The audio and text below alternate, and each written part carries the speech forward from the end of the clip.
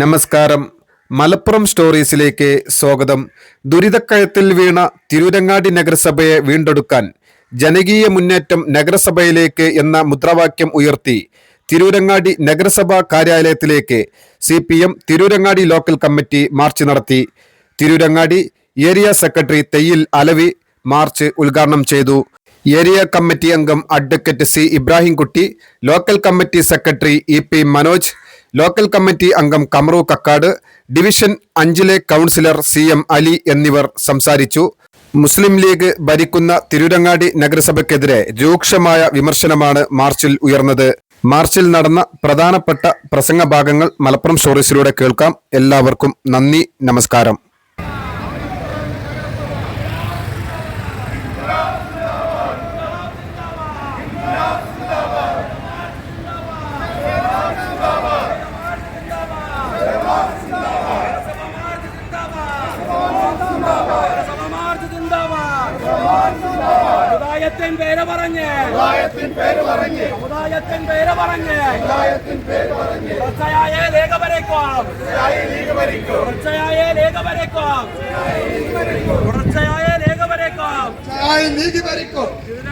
നഗരസഭയിൽ വികസനം എന്നൊരു സ്വപ്നം മാത്രം. പ്രാദേശിക റോഡുകളല്ല തോടുകളായി മാറിട്ടോ. യഥാസമയം നടപടിയില്ല. ഫണ്ടുകളേറെ ചെലവാക്കിട്ടോ. കത്താത്തോരോ തെരുവുകളൊക്കെ സ്വന്തമായൊരു വീടില്ലാതെ നിരവധിയായ ജനങ്ങളിവിടെ ദുരിതം കയറി കഴിയുമ്പോഴോ ലൈഫ് മിഷൻ നടപ്പാക്കാതെ ജനങ്ങളെയാകെ ദ്രോഹിക്കുന്ന വഞ്ചകരാണ് ഭരണക്കാർ.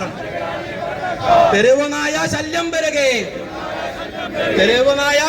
പെരുകി.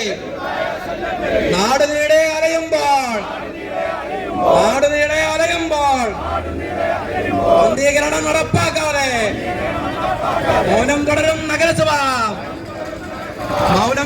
നഗരസഭ. ചമ്മാട് ടൗണിലെ ഗതാഗതക്കുരക്ക്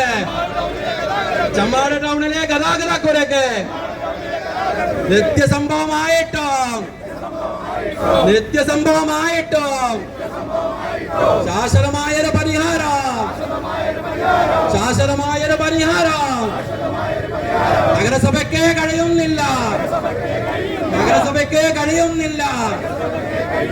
തിരൂരങ്ങാടിയുടെ വികസനത്തിന് വ്യക്തമായൊരു പദ്ധതിയില്ല.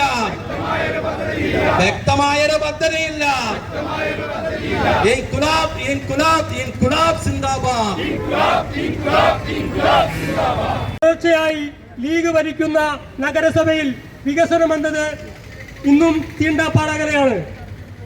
പ്രാദേശിക റോഡുകളെല്ലാം യഥാസമയം നന്നാക്കാതെ എല്ലാം പൊട്ടിപ്പൊടിഞ്ഞു കിടന്ന് ജനങ്ങൾക്ക് ഉപയോഗപ്രദമായ രൂപത്തിലേക്ക് ആക്കാനുള്ള ഒരു നടപടിയും സ്വീകരിക്കാത്ത നഗരസഭയാണ് തിരൂരങ്ങാടിയിലുള്ളത്. നമുക്കറിയാം, തിരൂരങ്ങാടിയിൽ ഒരു ബസ് സ്റ്റാൻഡ് ഇല്ല. പക്ഷേ തിരൂരങ്ങാടിയിലെ ബസ് സ്റ്റാൻഡ് സ്വകാര്യ ബസ് സ്റ്റാൻഡാണ്. പക്ഷേ ആ ബസ് സ്റ്റാൻഡിലേക്ക് വരുന്ന റോഡ് തിരൂരങ്ങാടി നഗരസഭയുടെ പ്രാദേശിക റോഡുകളിൽപ്പെട്ടതാണ്. എന്താണ് അതിന്റെ അവസ്ഥ? നന്നാക്കിയിട്ടും നന്നാവാത്ത റോഡാണ് ബസ് സ്റ്റാൻഡിലേക്ക് പോകുന്നത്. പക്ഷേ അതിനെതിരെ ഒരു നടപടിയും സ്വീകരിക്കാൻ തിരൂരങ്ങാടി നഗരസഭ ഭരിക്കുന്ന മുസ്ലിം ലീഗിന്റെ നേതൃത്വത്തിലുള്ള ഭരണസമിതിക്കാവുന്നില്ല. അതുപോലെ തന്നെയാണ് എല്ലാ കാര്യത്തിലും. നമുക്കറിയാം, തെരുവ് വിളക്കുകൾ ദിവസം പ്രതി തിരൂരങ്ങാടിയിൽ നന്നാക്കിക്കൊണ്ടിരിക്കുകയാണ്. ഇന്നിപ്പോ ഈ സമരം നടക്കുന്ന ഈ സമയത്തും ഏതെങ്കിലും ഒരു വാർഡിൽ തെരുവിളക്ക് നന്നാക്കുന്നുണ്ടാവും. പക്ഷേ തെരുവ് വിളക്കുകൾ നന്നാക്കുന്നതിന് ഒരു ഗ്യാരണ്ടിയുമില്ല. അത് നന്നാക്കിക്കൊണ്ടേയിരിക്കുകയാണ്, അത് കേടുവന്നുകൊണ്ടേയിരിക്കുകയാണ്. അത് നന്നാക്കുന്നതിനനുസരിച്ച് കമ്മീഷൻ അടിക്കുക എന്നല്ലാതെ അത് ശാശ്വതമായി ജനങ്ങൾക്ക് ഉപയോഗപ്രദമായ രൂപത്തിലേക്കാക്കണമെന്ന ഒരു മോഹവും ഒരു വികസന കാഴ്ചപ്പാടും തിരൂരങ്ങാടി ഭരണകർത്താക്കൾക്കില്ല. അതുപോലെ തന്നെയാണ് എല്ലാ കാര്യത്തിലും നമ്മുടെ ആശുപത്രി എന്ന് പറയുന്നത് അതിന്റെ കസ്റ്റോഡിയൻ തിരൂരങ്ങാടി നഗരസഭയാണ്. യഥാസമയം അവിടെ ഗവൺമെന്റിന്റെ ഫണ്ട് ഉപയോഗിക്കുന്നതിൽ വലിയ രൂപത്തിലുള്ള അലംഭാവം തിരൂരങ്ങാടി നഗരസഭയ്ക്കുണ്ട്. ഈ തിരൂരങ്ങാടിയുടെ വികസനത്തിന് വ്യക്തമായൊരു ദീർഘ വീക്ഷണമില്ലാതെ, പദ്ധതിയില്ലാതെ തിരൂരങ്ങാടിയിൽ സമുദായത്തിന്റെ പേര് പറഞ്ഞുകൊണ്ട് മുസ്ലിം ലീഗ് ഭരിക്കുമ്പോ അതിനെതിരെ വികാരമുണർന്നുകൊണ്ട് ഈ ഭരണത്തെ പിടിച്ചുകെട്ടാനും പുറത്താക്കാനുമുള്ള തീരുമാനത്തിലേക്കും നടപടിയിലേക്കും ഈ വരുന്ന തദ്ദേശ തെരഞ്ഞെടുപ്പുമായി ബന്ധപ്പെട്ടുകൊണ്ട്, മുനിസിപ്പൽ തെരഞ്ഞെടുപ്പുമായി ബന്ധപ്പെട്ടുകൊണ്ട് ജനങ്ങളുടെ ഭാഗത്തു നിന്നും നടപടി ഉണ്ടാവണം. അത്തരത്തിലെങ്കിലും ഈ തിരൂരങ്ങാടി ഭരിക്കുന്ന മുസ്ലിം ലീഗിനെ ആ ഭരണത്തിൽ നിന്ന് മാറ്റി നിർത്തുന്നതിനാവശ്യമായ നടപടി സ്വീകരിക്കണമെന്ന് മാത്രം പറഞ്ഞുകൊണ്ട് ഈ സമരത്തിൽ പങ്കെടുക്കുന്ന മുഴുവൻ സഖാക്കളെയും ഈ സമരത്തിലേക്ക് സ്വാഗതം ചെയ്യുകയാണ്. UDF സംവിധാനമാണ്. എന്നാൽ UDF സംവിധാനത്തിലേക്ക് ചില വർഗീയവാദികൾ കടന്നുകൂടി ജമാഅത്തെ ഇസ്ലാമിയെ പോലുള്ള വർഗീയവാദികൾക്ക് സീറ്റ് കൊടുത്താണ് ഇപ്പോൾ മുസ്ലിം ലീഗ് തിരൂരങ്ങാടി മുനിസിപ്പാലിറ്റി ഭരിച്ചുകൊണ്ടിരിക്കുന്നത്. ജമാഅത്തെ ഇസ്ലാമി എന്ന് പറഞ്ഞാൽ RSSനെ പോലെ തന്നെ ഒരു മതരാഷ്ട്രം പണിയാൻ കാത്തു നിൽക്കുന്നവരും അതിനുവേണ്ടി പ്രവർത്തിക്കുന്നവരുമാണ്. അതേപോലെ തന്നെ ഒരു ഇസ്ലാമിക രാഷ്ട്രം പണിയാൻ കാത്തു നിൽക്കുന്നവരും അതിനുവേണ്ടി പ്രവർത്തിക്കുന്നവരുമാണ് ജമാഅത്തെ ഇസ്ലാമി. ആ ജമാഅത്തെ ഇസ്ലാമിയെ കൂട്ടുപിടിച്ചുകൊണ്ട് ഈ തിരൂരങ്ങാടി മുനിസിപ്പാലിറ്റി ഭരിക്കുമ്പോൾ ഈ തിരൂരങ്ങാടി നഗരപ്രദേശങ്ങളിൽ എന്ത് വികസനമാണ് നടത്തിയിട്ടുള്ളത് എന്ന് നിങ്ങൾക്ക് ചൂണ്ടിക്കാണിക്കാൻ സാധിക്കുമോ? ഒരു കൊള്ളാവുന്ന വികസന പ്രവർത്തനം ചൂണ്ടിക്കാണിക്കാൻ നിങ്ങളെ ഞങ്ങൾ വെല്ലുവിളിക്കുകയാണ്. കാരണം ജനങ്ങളുടെ പ്രാഥമികമായ ആവശ്യമാണ് വെള്ളം, അതേപോലെ തന്നെ വീട്, സഞ്ചാരയോഗ്യമായ റോഡുകള്, അതേപോലെ തന്നെ കൃഷി, തൊഴില്, ആരോഗ്യം, വിദ്യാഭ്യാസം. ഇത്തരം മേഖലകളിൽ എന്തെങ്കിലും ഒരു ജനങ്ങൾക്ക് സംതൃപ്തിയേകുന്ന ഒരു വികസന പ്രവർത്തനം തിരൂരങ്ങാടി മുനിസിപ്പാലിറ്റി അധികൃതർക്ക് ചൂണ്ടിക്കാണിക്കാൻ സാധിക്കുമോ? ജനങ്ങൾ നിങ്ങളെ തെരഞ്ഞെടുത്ത് അധികാരമേൽപ്പിച്ചത് ഈ നാടിന്റെ സമഗ്രമായ വികസനത്തിന് വേണ്ടിയാണ്. ആ സമഗ്രമായ വികസനത്തിന് വേണ്ടി ഈ ജനങ്ങളുടെ നികുതി പണം കൊള്ളയടിക്കുന്ന രൂപത്തിലേക്ക് പല വിവിധ കൊട്ടേഷനുകൾ ഉണ്ടാക്കി കൃത്രിമ ബില്ലുകൾ സൃഷ്ടിച്ച് കമ്മീഷൻ അടിക്കുന്ന പോക്കറ്റിലേക്ക് മാറിയിരിക്കുന്ന ഒരു സംവിധാനമാണ് മുനിസിപ്പാലിറ്റി അധികാരികൾ ഇവിടെ നടത്തിക്കൊണ്ടിരിക്കുന്നത്. സമാന്തര ഭരണം എന്നുള്ള രൂപത്തിലേക്ക് തെരഞ്ഞെടുക്കപ്പെട്ട ജനപ്രതിനിധികളെ നോക്കുകുത്തിയാക്കി ഒരു സമാന്തര ഭരണം പുറമേ നിന്നുള്ള ആളുകൾ വന്ന് ഭരണം നടത്തി ഉദ്യോഗസ്ഥ അത്തരം ആളുകളുള്ള കൂട്ടുകെട്ടാണ് നടന്നുകൊണ്ടിരിക്കുന്നത്. നോക്കൂ നിങ്ങൾ, ജനങ്ങളുടെ പ്രാഥമിക ആവശ്യമാണ് കുടിവെള്ളം എന്നുള്ളത്. നമ്മുടെ തിരൂരങ്ങാടി മുനിസിപ്പാലിറ്റിയിൽ വെന്നിയൂര്, കാച്ചടി, കൊടിമരം, അതേപോലെ തന്നെ ചുള്ളിപ്പാറ, കക്കാട്, കരുമ്പല്, തിരൂരങ്ങാടി, CK നഗർ, കണ്ണാട്ടിത്തടം, കോട്ടുവലക്കാട് ഇത്തരം പ്രദേശങ്ങളിലാണ് രൂക്ഷമായ കുടിവെള്ളക്ഷാമം അനുഭവപ്പെടുന്നത്. ഈ കുടിവെള്ളക്ഷാമം പരിഹരിക്കുന്നതിന് വേണ്ടി തിരൂരങ്ങാടി മുനിസിപ്പാലിറ്റി എന്തെങ്കിലും ഒരു പദ്ധതി ഇവിടെ രൂപീകരിച്ചിട്ടുണ്ടോ? നമ്മുടെ ഈ തിരൂരങ്ങാടി മുനിസിപ്പാലിറ്റിയുടെ ഒരു പ്രദേശത്തു കൂടിയാണ് പുഴ ഒഴുകി പോകുന്നത്. ആ പുഴയെ ഉപയോഗപ്പെടുത്തി ഒരു ചെറുകിട കുടിവെള്ള പദ്ധതി, ആ കുടിവെള്ള പദ്ധതി ഇവിടെ നടപ്പിലാക്കാൻ തിരൂരങ്ങാടി മുനിസിപ്പാലിറ്റിക്ക് സാധിച്ചിട്ടുണ്ടോ? അതേപോലെ തന്നെ നിങ്ങൾ രൂക്ഷമായ കുടിവെള്ളക്ഷാമം അനുഭവപ്പെടുമ്പോൾ ഒരു പദ്ധതിയാണ് നിങ്ങളുടെ മുന്നിലുള്ളത്. അതായത് ഒരു വണ്ടിയിൽ 2 ടാങ്കും വെച്ച് ഒരു റോഡോരത്തേക്ക് വെള്ളം പൈപ്പിലൂടെ പാത്രത്തിലേക്ക് ഒഴുക്കി വിടുന്ന ഒരു സംവിധാനം മാത്രമാണ് നിങ്ങളുടെ ഒരു പദ്ധതി എന്നുള്ളത്. അല്ലാതെ എന്ത് ദീർഘവീക്ഷണത്തോടുകൂടിയുള്ള ഈ കുടിവെള്ളക്ഷാമം പരിഹരിക്കുന്നതിനുള്ള പദ്ധതിയാണ് നിങ്ങൾ നടപ്പിലാക്കിയിട്ടുള്ളത്? ഈ കുടിവെള്ളക്ഷാമം നേരിടുന്ന ജനങ്ങൾ ആ ഒരു സമയത്ത് എത്രമാത്രം ബുദ്ധിമുട്ടാണ്. റോഡരികിലേക്ക് വന്ന് കുട്ടികളും സ്ത്രീകളും അതുപോലെ തന്നെ വൃദ്ധരും കുടുംബത്തിലെ എല്ലാവരും ഓരോ പാത്രവുമായി വന്ന് റോഡോരത്ത് വന്ന് മണിക്കൂറുകളോളം കാത്തു നിന്ന് നിങ്ങൾ വരുന്നതും കാത്ത് ഇരിപ്പാണ്. കാരണം അവർക്ക് ജോലിയില്ല, അന്നത്തെ ജോലി പോയി, അന്നത്തെ സമയം പോയി, അന്നത്തെ വിശേഷ ദിവസങ്ങൾ പോയി, ഈ വെള്ളത്തിന് വേണ്ടി കാത്തു നിൽക്കുകയാണ്. അങ്ങനെ വെള്ളത്തിന് വേണ്ടി കാത്തുനിന്ന് അവസാനം കുറച്ച് പാത്രത്തിൽ വെള്ളം കിട്ടും. എന്നിട്ട് ആ വെള്ളവും വേണ്ടി ചുമന്ന് വീടുകളിലേക്ക് പോകുന്ന ദുരവസ്ഥ. ഈ ദുരവസ്ഥ നിങ്ങൾക്കാർക്കെങ്കിലും വന്ന് നിങ്ങളൊന്ന് ചിന്തിച്ചു നോക്കൂ. എത്രമാത്രം ബുദ്ധിമുട്ടാണ് ജനങ്ങൾ അനുഭവപ്പെടുന്നത് കുടിവെള്ളക്ഷാമത്തിൽ. അതെ, ആ റോഡിലൂടെ നിരന്തരം മഴ പെയ്താലേ ദേശീയപാതയിൽ നിന്നും വെള്ളവും അതുപോലെ തന്നെ മലിനജലവും ചപ്പുചവറുകളും മറ്റ് മാലിന്യവും എല്ലാം അതിലേക്ക് വന്ന് സ്വന്തം വീടുകളിലേക്ക് അതേപോലെ തന്നെ സ്ഥലങ്ങളിലേക്കെല്ലാം വന്ന് സഞ്ചാരയോഗ്യമല്ലാത്ത രൂപത്തിലേക്ക് മാറും. മഴ പെയ്താൽ ഒരു തോടായി മാറുന്ന ഒരു സ്ഥിതിയാണ്. ആ തോട് വന്ന് നേരെ വന്നത് കൂച്ചാൽ റോഡിലേക്കാണ്. ആ കൂച്ചാൽ റോഡിലേക്ക് വന്നു കഴിഞ്ഞാൽ കൂച്ചാൽ റോഡിന്റെ സ്ഥിതി നിങ്ങൾ കണ്ടുപോകണം. കുണ്ടും കുഴിയും നിറഞ്ഞ് വെള്ളം ഫുള്ളായിട്ട് കെട്ട് മുട്ടിന് ഒപ്പം വെള്ളം നിൽക്കുന്ന ഒരു സ്ഥിതിവിശേഷമാണ്. ഡ്രെയിനേജ് സംവിധാനം കൃത്യമായി മാലിന്യമുക്തമാക്കാൻ സാധിക്കാത്തത് കൊണ്ട് അടഞ്ഞ് വെള്ളം റോഡിലേക്ക് വന്ന് അത് ജനങ്ങളുടെ വീടുകളിലേക്കും അതുപോലെ തന്നെ കിണറുകളിലേക്കും വെള്ളം മലിനമാക്കുന്ന രൂപത്തിലേക്ക് മാറിയിരിക്കുകയാണ്. ഇപ്പോൾ അവിടെ ഒരു ഡ്രെയിനേജ് ദീർഘവീക്ഷണമില്ലാതെ ഒരു ഡ്രെയിനേജ് പണി നടന്നു. ആ ഡ്രെയിനേജ് പണി നടക്കുമ്പോൾ ആ ഡ്രെയിനേജ് പണി കുറച്ച് ഉയരത്തിലാണ് ഉണ്ടാക്കിയിട്ടുള്ളത്.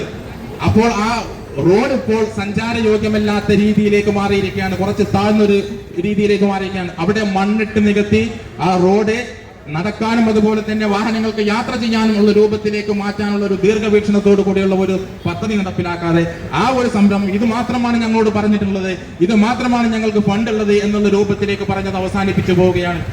മാത്രമല്ല ആ ഡ്രെയിനേജ് മറ്റൊരു ഡ്രെയിനേജിലേക്ക് കൂട്ടിമുട്ടാതെ വെള്ളം അവിടെ ബ്ലോക്ക് ചെയ്ത് മറ്റുള്ള സ്ഥലങ്ങളിലേക്ക് വ്യാപിക്കുന്ന ഒരു സ്ഥിതിവിശേഷമുണ്ട്.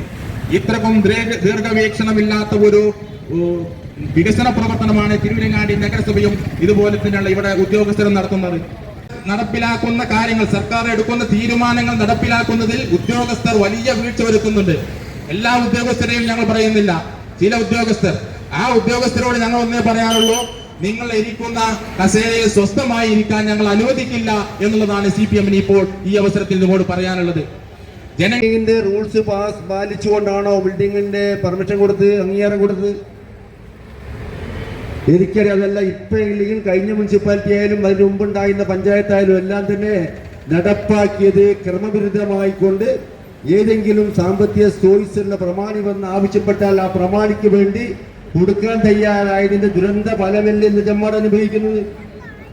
എനിക്കറിയാം. ഞാനൊരു ഘട്ടത്തിൽ റബ്രിക്കോട് പഞ്ചായത്തിന്റെ പ്രസിഡന്റായിട്ട് ആ സമയത്ത് ഇതുപോലെ തന്നെ ബിൽഡിംഗ് ഉണ്ടാക്കുന്ന ആളുകൾ പ്രമാണിമാരൊക്കെ തന്നെ പല രൂപത്തിലേക്ക് സമീപിക്കാറുണ്ട്. ആ സമീപിക്കുന്ന ഘട്ടത്തിലൊന്നും തന്നെ അതിന് വഴങ്ങാത്ത, അത് കൃത്യമായി അതിന് റോഡ് പാലിച്ചു എന്നുള്ളത് കൊണ്ട് ഒരു പക്ഷേ നിങ്ങൾ എങ്ങാനുള്ള ഭരണാധികാരികളായ ആളുകളൊക്കെ തന്നെ എഡ്രിക്കോടുമായി ഒന്ന് ബന്ധപ്പെട്ട് നടക്കുമ്പോൾ അതിന് ടൗണിലടക്കം കാണുന്ന അതിന്റെ വീതിയും അതിന്റെ ദൂരം കണ്ടെത്താൻ കഴിയുന്നതുകൊണ്ടാണ്. കൃത്യമായി ഒരു ഘട്ടം പാലിച്ചതോടുകൂടി പിന്നീട് വന്ന് എല്ലാവരും അത് പാലിച്ചു എന്നുള്ളതുകൊണ്ടാണ്. ഞങ്ങൾക്ക് സാമ്പത്തികമായി മെച്ചം കിട്ടുന്ന പരിപാടിയാണ് അതാണ് നടപ്പാക്കുക. ആ നടപ്പാക്കുന്നതിന് വേണ്ടി മാത്രം മുന്നോട്ട് പോകുന്നവരാണ് ഇവരെ കാണുന്നത്.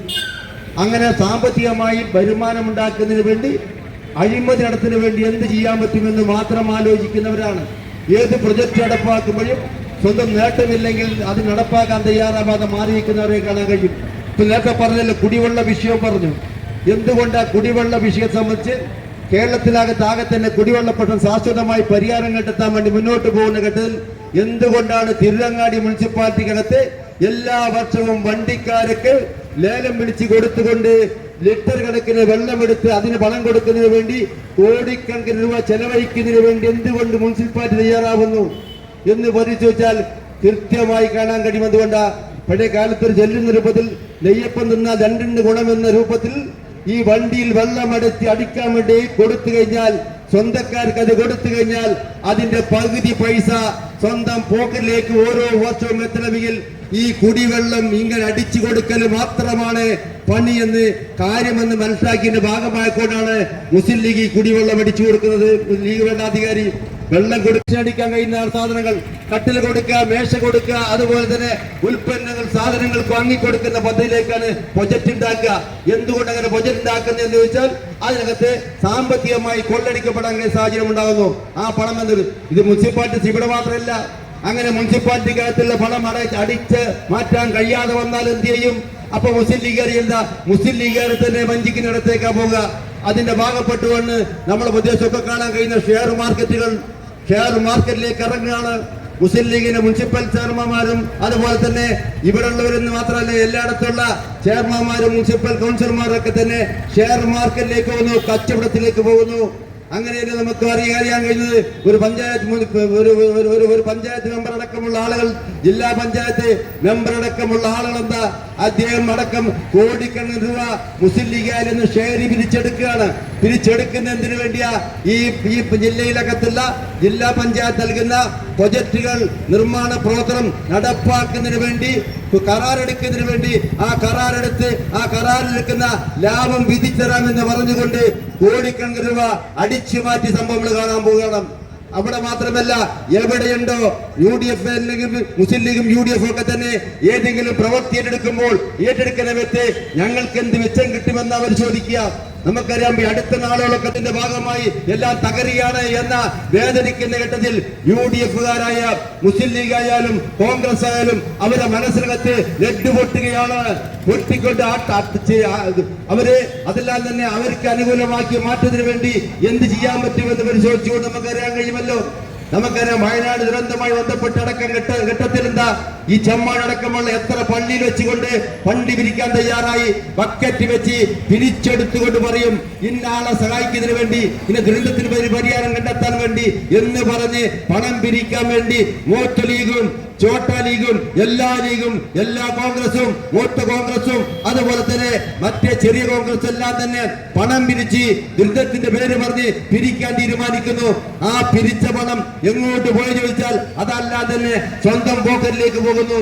ഇപ്പൊ നമുക്കറിയാൻ കഴിയുമെന്താ, ശബരിമല വിഷയവുമായി ബന്ധപ്പെട്ടുകൊണ്ട് ശബരിമലകത്ത് ആരോ ദാനം ചെയ്ത, ആരോ ഒക്കഫ് ചെയ്യപ്പെട്ട, ആരോ നീർച്ച ചെയ്യപ്പെട്ട വാതിൽ പടികകത്ത് അതിനകത്ത് സ്വർണം പൂസാതിരുന്നോ എന്ന തർക്കമാണ്. ആ തർക്കമെല്ലാം തന്നെ അന്വേഷണത്തിന്റെ ഭാഗമായി വരട്ടെ. ആരാണ് പൂശിയത്, ആരാണ് പൂസാതിരുന്നത്, പൂശിയ സ്വർണം ആരാണ് എടുത്തുകൊണ്ടുപോയത്, എത്ര എടുത്തുകൊണ്ടുപോയി, ആര് എങ്ങനെ നിരൂപത്തിലൊക്കെ തന്നെ അതിന്റെ സ്പോൺസർമാരും സംഭാവന ചെയ്ത ദാനം ചെയ്തവരുമായി ബന്ധപ്പെട്ട അന്വേഷണം നടക്കാൻ പോകുന്നു, നടന്നു പുറത്തുവരും. എന്നാൽ ഇപ്പോ UDF നിയമസഭകത്ത് ചെയ്ത വടിയെന്താ, അതിന്റെ ഭാഗമായിക്കൊണ്ട് ഇന്ന മന്ത്രി രാജിവെക്കണമെന്ന് പറയുന്നത്. അങ്ങനെയാണെങ്കിൽ എന്റെ മുസ്ലിം ലീഗാര അങ്ങനെ അത് പരിശോധിച്ചുകൊണ്ട് നിങ്ങൾ നേരത്തെ നിയമസഭത്തെ UDF ചെയ്യേണ്ട വടിയെന്താ, ഒരു അവിശ്വാസ പ്രമേയത്തിന് നോട്ടീസ് കൊടുക്കണം. അവിശ്വാസ പ്രമേയ നോട്ടീസ് നിങ്ങൾ കൊടുക്കില്ല. എന്തുകൊണ്ടാ? ഈ നിയമസഭകത്ത് നിങ്ങൾ കൊടുത്ത എല്ലാ അവിശ്വാസ പ്രമേയം നോട്ടീസ് കൊടുത്തപ്പോൾ ചർച്ചയ്ക്ക് അനുവദിച്ചുകൊണ്ട് ചർച്ച ചെയ്യാൻ വേണ്ടി ഈ സർക്കാർ തയ്യാറായി. അങ്ങനെ ഈ ശബരിമല വിഷയത്തിനു വേണ്ടി നോട്ടീസ് കൊടുത്താൽ ആ നോട്ടീസും ചർച്ച ചെയ്യപ്പെടുന്നതിന് വേണ്ടി ഈ ഗവൺമെന്റ് തയ്യാറായി വന്നാൽ, ആ ശബരിമല വിഷയം ചർച്ച ചെയ്യപ്പെട്ടാൽ നിങ്ങൾ എത്ര അമ്പലങ്ങളിൽ നിന്ന്, ശബരിമല അടക്കമുള്ള അമ്പലങ്ങളിൽ നിന്ന് കോൺഗ്രസിന്റെയും BJPയുടെയും നേതാക്കന്മാർ തട്ടുകൊണ്ടുപോയ അതിന്റെ കണക്കുകൾ രേഖമൂലം എണ്ണി പറഞ്ഞുകൊണ്ട് നിയമസഭകത്ത് ഭരണപക്ഷം അവിശ്വാസ പ്രമേയം ചർച്ച സ്വീകരിക്കപ്പെടും എന്ന തിരിച്ചറിവിന്റെ ഭാഗമായി നിയമസഭകത്ത് ഒരു കാര്യം പറയാതെ പറയുന്നു മന്ത്രി രാജിവെക്കണം. എന്തിനു വേണ്ടി, എന്താ കുറ്റം എന്ന് പറയണമെങ്കിൽ അത് ചർച്ച ചെയ്യുന്നതിന് വേണ്ടി തയ്യാറാകുന്ന ഒരു പ്രമേയം പോലും അവതരിപ്പിക്കപ്പെടാതെ പറഞ്ഞുകൊണ്ട് വളമുണ്ടാക്കി മുന്നോട്ട് പോവുകയാണ്. എന്താ വളമുണ്ടാക്കാൻ കാരണം എന്താ? ഈ നിയമസഭ ചർച്ച ചെയ്യപ്പെടുന്നത് ഈ മുനിസിപ്പാലിറ്റിയെ പോലെയല്ല. ഈ മുനിസിപ്പാലിറ്റി നടക്കുന്ന സെമിനാറോ ഈ മുനിസിപ്പാലിറ്റിയുടെ കമ്മിറ്റിയോ ചേരുമ്പോൾ ഉള്ള ചർച്ചയല്ല നടക്കുന്നത്. ആ നിയമസഭയ്ക്കകത്ത് ചർച്ച ചെയ്യപ്പെടുന്നത് വരും നാളുകൾ കേരളത്തിന്റെ വികസനം എന്താവണം. ഇന്ന് കേരളം ലോകത്തിന്റെ മാതൃകയാകുന്നു. ഇന്ത്യയിലെ ഒന്നാം സംസ്ഥാനമായി ആരോഗ്യ രംഗത്ത്, വിദ്യാഭ്യാസ രംഗത്ത്, വികസന രംഗത്ത് എല്ലാം കുതിച്ച് മുന്നേറുന്ന ഈ കേരളം നാളെ എന്താവണം, എങ്ങനെയാക്കണമെന്ന ചർച്ച വരുന്നു. ഇന്ന് നിയമസഭ നടക്കുന്ന ചർച്ച പിന്നോക്ക ജനങ്ങളായി കിടക്കുന്ന SC ST-കാരായ പട്ടികജാതി പട്ടികവർഗക്കാരുടെ ക്ഷേമബോധവുമായി ചർച്ച ചെയ്യപ്പെടുമ്പോഴാണ് അപ്പഴാരും ബോധ്യപ്പെട്ടു.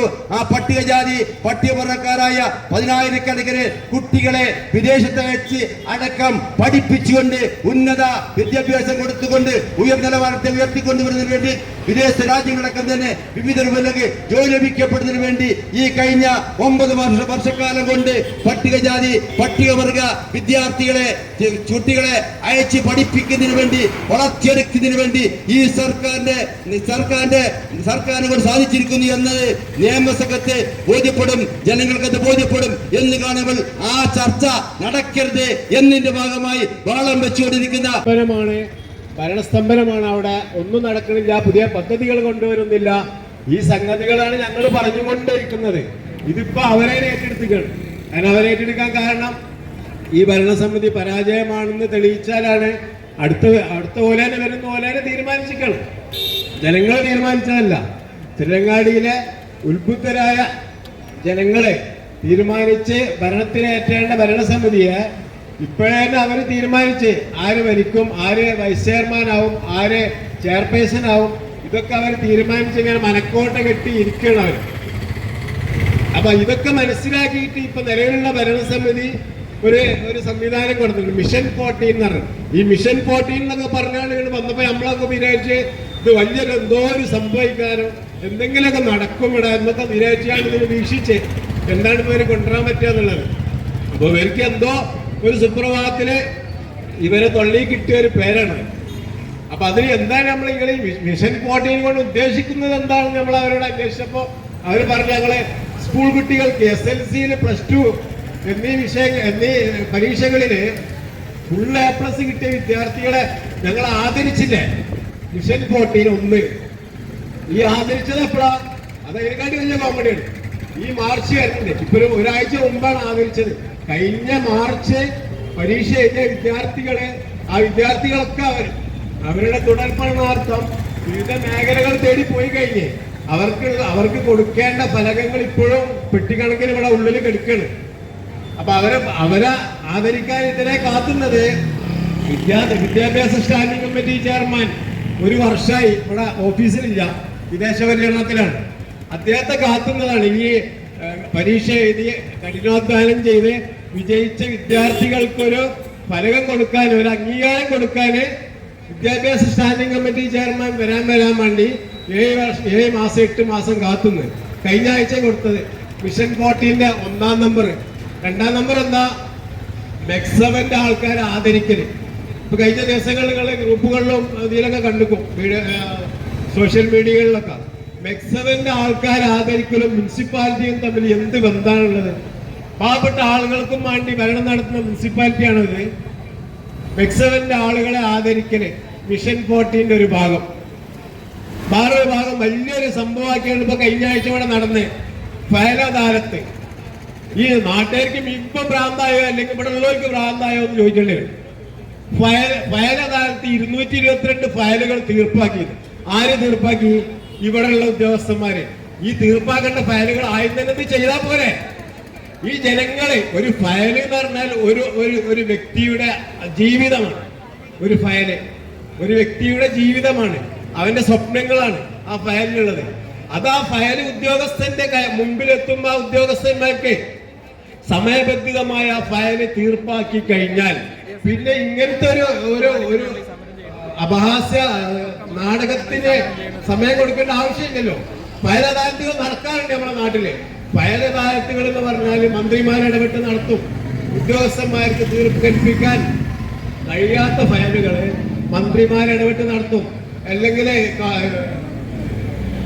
ജില്ലാ അധികാരികളെ, അതേമാതിരി തന്നെ കലക്ടർമാര്, ഇവരൊക്കെ ഇടപെട്ടാണ് ഫയൽ അദാലത്ത് നടത്തും. അവരെ താഴെ തട്ടിലുള്ള ഉദ്യോഗസ്ഥർക്ക് ചെയ്യാൻ പറ്റാത്ത, തീരുമാനമെടുക്കാൻ പറ്റാത്ത ഫയലുകൾ അദാലത്തിലൂടെ തീരുമാനമെടുക്കും. ഇത് ഈ നഗരസഭയിൽ എത്തുന്ന ഫയലുകൾ ഈ നഗരസഭയിൽ സമയബന്ധിതമായി തീരുമാനമെടുക്കാതെ മാറ്റിവെച്ചുകൊണ്ട് ഈ ഫയൽ അദാലത്ത് എന്ന പരിപാടി നടത്താൻ വേണ്ടി മാത്രം ഫയലുകൾ കരുതി കൂട്ടി തിരികെ എത്തുന്ന ഒരു നാടകമാണ് ഇവിടെ നടക്കുന്നത്. കാരണം ഫയൽ അദാലത്ത് നടക്കേണ്ടത് മേലുദ്യോഗസ്ഥന്മാരാണ്. ഇവിടെയുള്ള ഉദ്യോഗസ്ഥന്മാർക്ക് ചെയ്യാൻ പറ്റാത്ത ഫയലുകളിലല്ല അദാലത്തിലൂടെ പരിഹരിക്കേണ്ടത്. അങ്ങനത്തെ ഒരു പൊറാട്ട നാടകം സംഘടിപ്പിച്ചുകൊണ്ട് മിഷൻ 14 എന്ന് പറഞ്ഞുകൊണ്ട് എന്തൊക്കെ നടക്കാം ഇടമാണ്. അതിന്റെ അടക്കങ്ങൾ പോയാണ് ഫയൽ അദാലത്ത് നടത്തേണ്ട ആവശ്യമില്ല.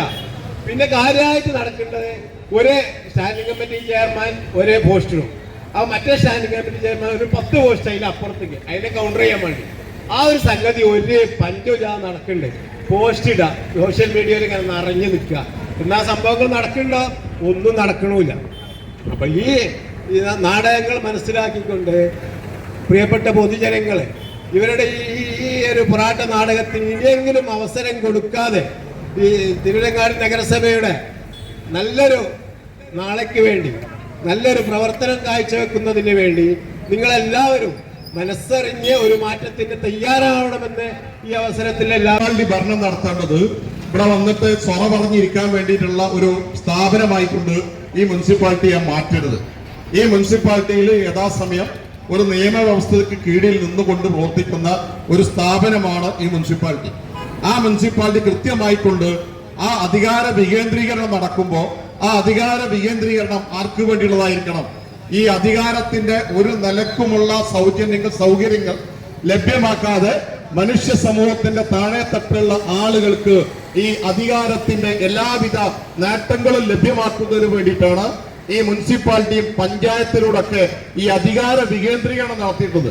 അങ്ങനെ അധികാര വികേന്ദ്രീകരണം നടക്കുമ്പോൾ ഈ അധികാര വികേന്ദ്രീകരണത്തിന്റെ ഗുണഭോക്താക്കളായി വരുന്ന ഈ ആളുകൾക്ക് ഇതിന്റെ ഗുണം കിട്ടുന്നുണ്ടോ എന്നുള്ളത് നോക്കാനുള്ള ഒരു സന്മനസ് ഇവിടുത്തെ അധികാരികൾ കാണിക്കണം എന്നുള്ളതാണ് ഞാൻ ആദ്യമായി കൊണ്ട് പറയാനുള്ളത്.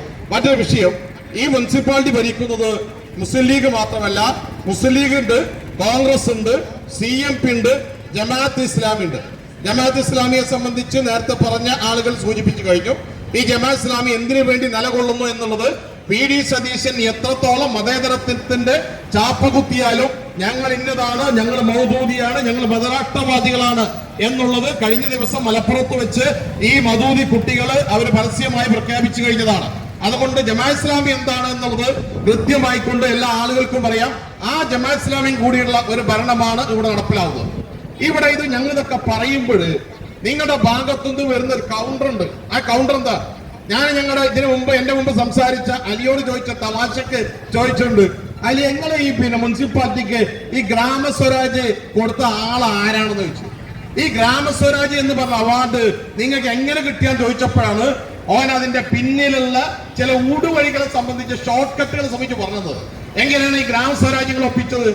ഗ്രാമസ്വരാജ് ഒപ്പിച്ചത് ഇവിടെ ഒരു അരുൺ എന്ന് പറയുന്ന ഒരു ഉദ്യോഗസ്ഥൻ ഉണ്ടായിരുന്നു. അയാള് പരപ്പനങ്ങാടി മുനിസിപ്പാലിറ്റിയിലേക്ക് ട്രാൻസ്ഫർ ആയി. അത് കഴിഞ്ഞതിന് ശേഷം കോട്ടക്കൽ മുനിസിപ്പാലിറ്റി ട്രാൻസ്ഫർ ആയി. അവന്റെ പരിപാടി എന്താ വെച്ചിട്ടുണ്ടെങ്കിൽ അവന്റെ പരിപാടി ഇതിന്റെ സൈറ്റിൽ കയറുക, ഉടനെ തന്നെ ഒരു സാങ്ഷൻ ആയി കഴിഞ്ഞാൽ ഇതിന്റെ പ്ലാനിങ് ഇതിന്റെ പദ്ധതിക്ക് അനുമതി ലഭിച്ചു കഴിഞ്ഞാൽ ഉടനെ അത് നടപ്പിലാക്കിയതിന്റെ ഒരു പേപ്പർ പണി അവൻ വേഗം ചെയ്യും. അത് ചെയ്തു കഴിഞ്ഞാൽ ഇതിന് മേലുള്ളവരുടെ ധാരണ ഇതൊക്കെ യഥാസമയം പൂർത്തീകരിച്ച സമയബന്ധിതമായി പൂർത്തീകരിച്ച ഒരു മുനിസിപ്പാലിറ്റിയാണ് ഇത് എന്നുള്ളതാണ്. പക്ഷെ ഞാൻ ഒരു കാര്യം ചെയ്യട്ടെ, ഒരു അവാർഡ് കൊടുക്കുമ്പോ കണ്ണും കൂട്ടിയിട്ടൊക്കെ അവാർഡ് കൊടുക്കാൻ പാടുണ്ടോ എന്നുള്ള കാര്യത്തില് ഞങ്ങൾക്കിപ്പോൾ സംശയമുണ്ട്.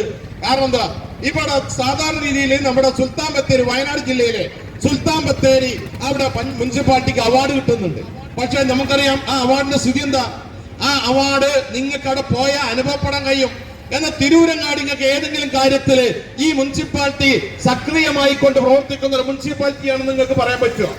ഏതെങ്കിലും ഒരു കാര്യത്തിൽ നിങ്ങൾ പറഞ്ഞു തരും മുനിസിപ്പാലിറ്റി ഇങ്ങനെ പ്രവർത്തിച്ചിട്ടുണ്ടെന്ന്. ഇപ്പൊ ഞാൻ പോകുന്ന റോഡ് 1-ാം ഡിവിഷൻ, ഞാൻ ഈ 1-ാം ഡിവിഷനിലെ 1-ാമത്തെ പട്ടികയിൽ 1-ാമത്തെ വോട്ടറാണ് ഞാൻ. എന്റെ വാർഡിലൂടെ പോകുന്ന ആ റോഡ് ഞാൻ അവിടെ താമസിച്ചിട്ട് 7 കൊല്ലമായി.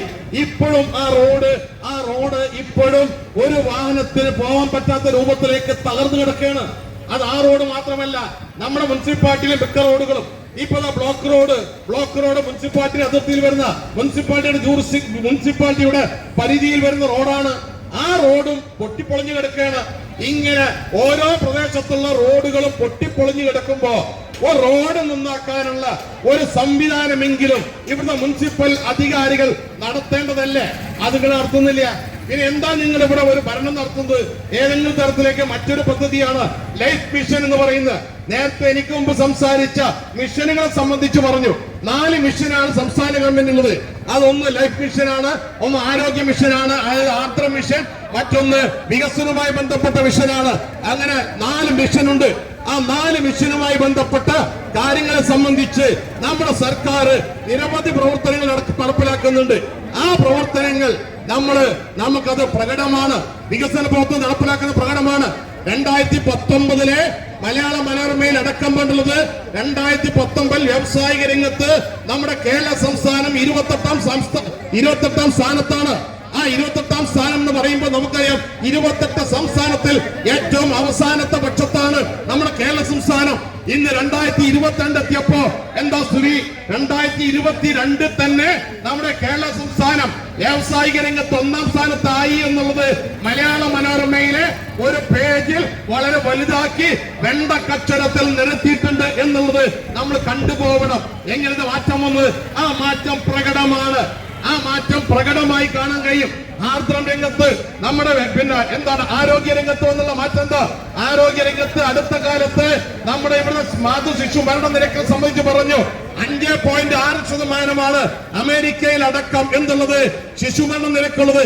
അത് 5% നമ്മുടെ കേരളത്തിലുള്ളത്. അതായത് നമ്മുടെ വികസിത രാഷ്ട്രങ്ങളെക്കാൾ മെച്ചപ്പെട്ട രൂപത്തിലേക്ക് കേരളത്തിന്റെ ആരോഗ്യ രംഗത്ത് മാറ്റം വന്നിട്ടുണ്ട്. എന്നാൽ തിരൂരങ്ങാടി മുനിസിപ്പാലിറ്റിയില് ഇങ്ങനെ വല്ല മാറ്റവും നിങ്ങൾക്ക് ആർക്കും കാണാൻ കഴിയോ? ഇന്നലെ ഞാൻ മുസ്ലിം ലീഗിനെ കണ്ടപ്പോൾ പറയാണ്, ഇനിയെങ്കിലും ഈ ഭരണം ഒന്ന് മാറി കിട്ടിയാൽ മതി എന്നുള്ളത്. ഇവിടുത്തെ മുനിസിപ്പാലിറ്റി ഭരണത്തെ സംബന്ധിച്ച് എന്നോട് ആത്മകഥം എന്നുള്ള രൂപത്തിലേക്ക് ഞാൻ നല്ലൊരു അടിച്ച ഒരു ഞായറാഴ്ച ആണെങ്കിൽ പോലും ഞാൻ എന്തത് മിനിയാത് രാവിലെ ഞാൻ ആ ടൈൽ ഷോപ്പ് അയാളോട് തുറക്കാൻ പറഞ്ഞ്, അയാൾ നല്ല ലീഗുകാരനാണ്. അയാൾ പറയാണ് ഈ മുനിസിപ്പാലിറ്റിയെ കൊണ്ട് ഒരു ഗുണമില്ല എന്നുള്ളത്. കാരണം എന്താ? മനുഷ്യന്മാർക്ക് അത് അനുഭവിക്കണം. നിയമം ഉണ്ടാകുമ്പോൾ അതിന്റെ ഭരണനാട്ടം ഉണ്ടാകുമ്പോൾ അത് എന്ത് ചെയ്യണം? അവർക്ക് അനുഭവിക്കാൻ കഴിയണം. മറ്റൊന്ന്, നേരത്തെ അലി പറഞ്ഞതുപോലെ എന്തെങ്കിലും വിഷമ്പതിനാല് എന്ത് പരിപാടിയാണ് ഈ ഇങ്ങനെ കുട്ടികൾക്ക് കൊടുക്കുക? ഇവിടെ ക്ലബ്ബുകൾ കൊടുക്കുന്നില്ലേ? ഇവിടെ ഏതൊക്കെ യുവജന സംഘടന കൊടുക്കുന്നില്ലേ? അതിന് നിങ്ങൾ മുനിസിപ്പാലിറ്റി കൊടുക്കാൻ നിൽക്കണം. മുനിസിപ്പാലിറ്റി എന്ത് ചെയ്യണം? മുനിസിപ്പാലിറ്റി എന്ത് ചെയ്യണം എന്നുള്ളത് നിങ്ങൾ പഠിക്ക്. പെരിന്തൽമണ്ണ നിങ്ങൾ പോകണം. പെരിന്തൽമണ്ണ ആരെ ഭരിക്കുന്നത്? LDF ആണ് ഭരിക്കുന്നത്. അവിടെ എന്താണ് ചെയ്തുള്ളത്? അവിടെ ഈ വാടക വീടുകൾ താമസിക്കുന്ന ആളുകളുടെ സർവേ എടുത്തു. ഭൂമിയില്ലാത്ത ആളുകളുടെ സർവേ എടുത്തു. വീടില്ലാത്ത ആളുകളുടെ സർവേ എടുത്തു. ആ ആളുകൾക്ക് താമസിക്കുന്നതിന് വേണ്ടി എന്താ അവർ ഒരുക്കിയത്?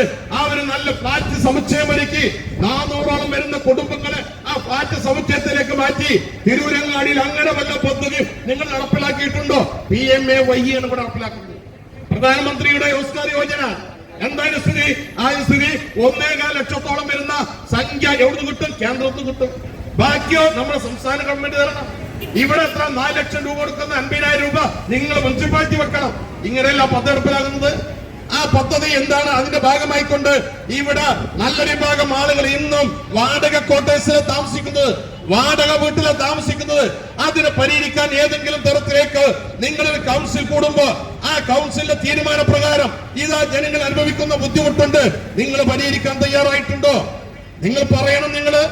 നിങ്ങൾ ഒരു നിലക്കും അങ്ങനെ തീരുമാനം എടുത്തിട്ടുണ്ടെങ്കിൽ ഞങ്ങൾ അംഗീകരിക്കും ഈ മുനിസിപ്പാലിറ്റി നല്ല ഭരണമാണ് എന്നുള്ളത്.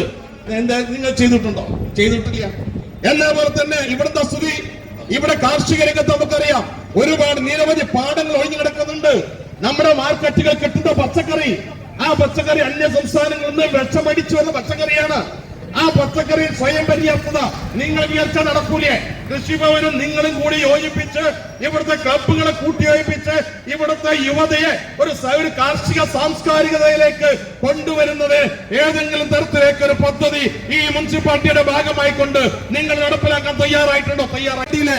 സകലവിധ ജനങ്ങളെയും സംഘടിപ്പിച്ചുകൊണ്ട് ഞങ്ങൾ തിരൂരങ്ങാടി മുനിസിപ്പാലിറ്റിയിലേക്ക് മാർച്ച് നടത്തും. അതെന്തിനു വേണ്ടിയിട്ടാ? ഈ ഭരണം എന്നുള്ളത് ജനങ്ങൾക്ക് വേണ്ടിയുള്ളതാണ്. ഈ ഭരണത്തിന്റെ നിങ്ങൾ ഒപ്പിടുന്ന ഒരു പേപ്പറിന്റെ ഗുണം കിട്ടേണ്ടത് ആർക്ക് വേണ്ടിയിട്ടാണ്? സാധാരണക്കാരായ ഈ മനുഷ്യന് വേണ്ടിയിട്ടാണ്. നിങ്ങൾ ഒരു കാര്യത്തിൽ നിങ്ങൾ നല്ല വമ്പന്മാരാ. എന്തിനു വേണ്ടി? നികുതി പിരിക്കാം. നികുതി നിങ്ങൾ യഥാസമയം പിരിക്കുന്നുണ്ടല്ലോ. എല്ലാ പ്രദേശത്തും 1 മുതൽ 39 വരെ ഡിവിഷൻ നിങ്ങൾ നികുതി പിരിക്കുന്നുണ്ട്. ആ നികുതിയുടെ വരുമാനം കൊണ്ട് നിങ്ങൾ എന്ത് നേട്ടമാണ് ഈ പ്രദേശത്തെ ആളുകൾക്ക് ചെയ്തു കൊടുക്കുന്നത്? ഗവൺമെന്റ് ചെയ്യുന്ന ഈ പ്രൊജക്ടുകൾ പദ്ധതി നടപ്പിലാക്കാൻ നിങ്ങൾ വേണ്ടല്ലോ. അത് നിങ്ങളില്ലെങ്കിലും ഇവിടെ മറ്റ് ഏജൻസി നടപ്പിലാക്കും. പക്ഷെ നിങ്ങൾ തനതായ രൂപത്തിലേക്ക് തിരൂരങ്ങാടി മുനിസിപ്പാലിറ്റി നടപ്പിലാക്കിയിട്ടുണ്ട് എന്ന് നിങ്ങൾ പറഞ്ഞ് നിങ്ങൾക്ക് അങ്ങനെ പറയാൻ കഴിയോ? ഇപ്പൊ ഞാൻ മനസ്സിലാക്കിയത് മുമ്പൊരു യോഗത്തിന് ഞാൻ പ്രസംഗിച്ചിട്ടുണ്ട്. ആ പരിപാടി ഞാൻ പറഞ്ഞിട്ടുണ്ട്. നിങ്ങൾ നികുതി പിരിക്കുന്നത് എല്ലാ പ്രദേശത്തും ഒരുപോലെയാണ്. എന്നാൽ ഈ നികുതിയുടെ വിഹിതം ഇന്ന് കേന്ദ്ര ഗവൺമെന്റ് കേരളത്തോട് കാണിക്കുന്ന വിവേചനം പോലെ ഇന്ന് കേന്ദ്ര ഗവൺമെന്റ് GST വഴി കേരളത്തിൽ നിന്നുള്ള നികുതി മുഴുവൻ പിരിച്ചെടുത്തുകൊണ്ട് ഉത്തർപ്രദേശിനും മധ്യപ്രദേശിനും ബീഹാറിനും വീതം വെക്കുന്നത് പോലെ തിരൂരങ്ങാടി മുനിസിപ്പാലിറ്റിയുടെ എല്ലാ പ്രദേശത്തും നികുതി പിരിച്ച് ഏതാനും ചില 1-2 ഡിവിഷനുകൾക്ക് മാത്രം ആ നികുതിയുടെ വിഹിതം ചെലവഴിക്കുന്ന രൂപത്തിലേക്ക് മാറിയിട്ടുണ്ട് എന്നുള്ളത് തന്നെ നിങ്ങളുടെ കെടുകാര്യസ്ഥതയുടെ ഒന്നാമത്തെ ഒരു വലിയ സൂചകമായിക്കൊണ്ട് ഞങ്ങൾക്കത് പറയാൻ കഴിയും. സ്വത്താണ് നിങ്ങൾക്കൊക്കെ ശമ്പളം തരുന്നതെന്നുള്ളതാണ്. മുസ്ലിം ലീഗിന്റെ തറവാട് വക സ്വത്തല്ല. അത് ആരുടേതാണ്? ഞാൻ ഈ പറഞ്ഞ നികുതിദായകരുടേതാണ് നിങ്ങൾക്ക് ശമ്പളം തരുന്നത്. അതുകൊണ്ട് വരുന്ന നികുതിദായകരായ ആളുകൾക്ക് കൃത്യമായ എന്ത് നൽകണം? അവർക്ക് സർവീസ് നൽകണം, അവർക്ക് സേവനം നൽകണം. അത് നിങ്ങളെ കൊണ്ട് ചെയ്യാൻ സാധിക്കില്ലെങ്കിൽ പിന്നെ നിങ്ങൾ ആ കസേരയിൽ ഇരിക്കരുത്. ആ കസേര നിങ്ങൾക്ക് പറ്റിയതല്ല. ആ കസേര അത് അങ്ങനെ ജനങ്ങൾക്ക് വേണ്ടി സേവനം നടത്തുന്ന ഉദ്യോഗസ്ഥന്മാർക്ക് വേണ്ടി ഒഴിഞ്ഞു കൊടുക്കേണ്ടി വരും. നിങ്ങൾക്കറിയാം, ഇത് കാലാകാലങ്ങളായി കൊണ്ട് ഒരു സംരക്ഷിക്കപ്പെടുന്ന ഒരു കസേരയാണ്, അധികാര കേന്ദ്രമാണെന്നും വിചാരിക്കേണ്ട. അടുത്ത ദിവസം നേപ്പാളിൽ നിങ്ങൾ കണ്ടിട്ടുണ്ടാവും ഒരു സമരം. ആ സമരത്തിൽ എന്തുണ്ടായി? ഏറ്റവും വലിയ സുരക്ഷയായിക്കൊണ്ടുള്ള നേപ്പാളിലെ പ്രസിഡന്റിന്റെ കൊട്ടാരം പോലും, ചീട്ടുകൊട്ടാരം പോലെ തകർന്നു തരിപ്പണമായത് അവിടെ വളർന്നു വന്ന ജനകീയ രോഷം കൊണ്ടാണ്. ആ ജനകീയ രോഷം തിരൂരങ്ങാടിയിലും സമീപ പ്രദേശങ്ങളിൽ സമീപ സമയങ്ങളിൽ എന്തുണ്ടാവും? അത്തരം ഒരു ജനകീയ രോഷങ്ങൾക്ക് ഈ തിരൂരങ്ങാടി മുനിസിപ്പാലിറ്റിയും സാക്ഷ്യം വഹിക്കും എന്ന് മാത്രം പറഞ്ഞുകൊണ്ട് ഈ സമരത്തിൽ പങ്കെടുത്ത മുഴുവൻ സഖാക്കളെയും നാട്ടുകാരെയും അഭിവാദ്യം ചെയ്തുകൊണ്ട് ഞാൻ നിർത്തുന്നു. നിങ്ങൾക്ക് അഭിവാദ്യങ്ങൾ.